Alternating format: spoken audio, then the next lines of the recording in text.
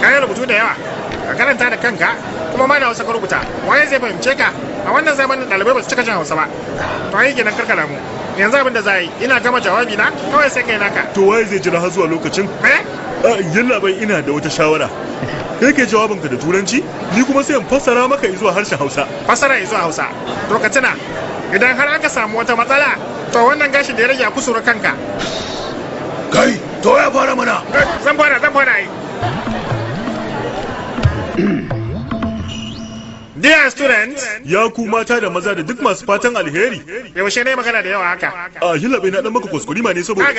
Abin da kawai na faɗa zaka fassara min kalma da kalma. What to what translation? Kalma da kalma. That's right. Wannan haka yake. Today, a yau is our college annual day. Ya kasance namu shekara makaranta rana. You know? Ku? A'a. It's not no, it's no.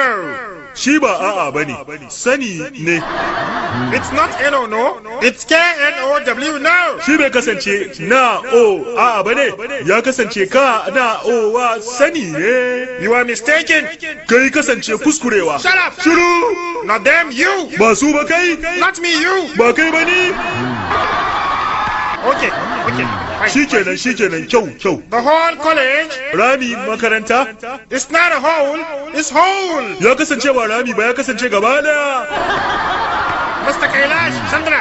Malam Kailash Chandra ni kenan. Ku duba yadda cikin kyautatawa shugaban makaranta yake mun magana. The whole college. Ramin makaranta. I am resigning. Kenan ni ne shugaban makaranta tun da ka ajiye aiki duk daga ni ne shugaban makaranta. Amma wato ka gane wannan cikin sauki ba? Wani yalla bai. Da nace zan yi marabus wai ina nufin zan yi marabus daga makarantar bane. Zan yi marabus ne daga kan wannan dandalin.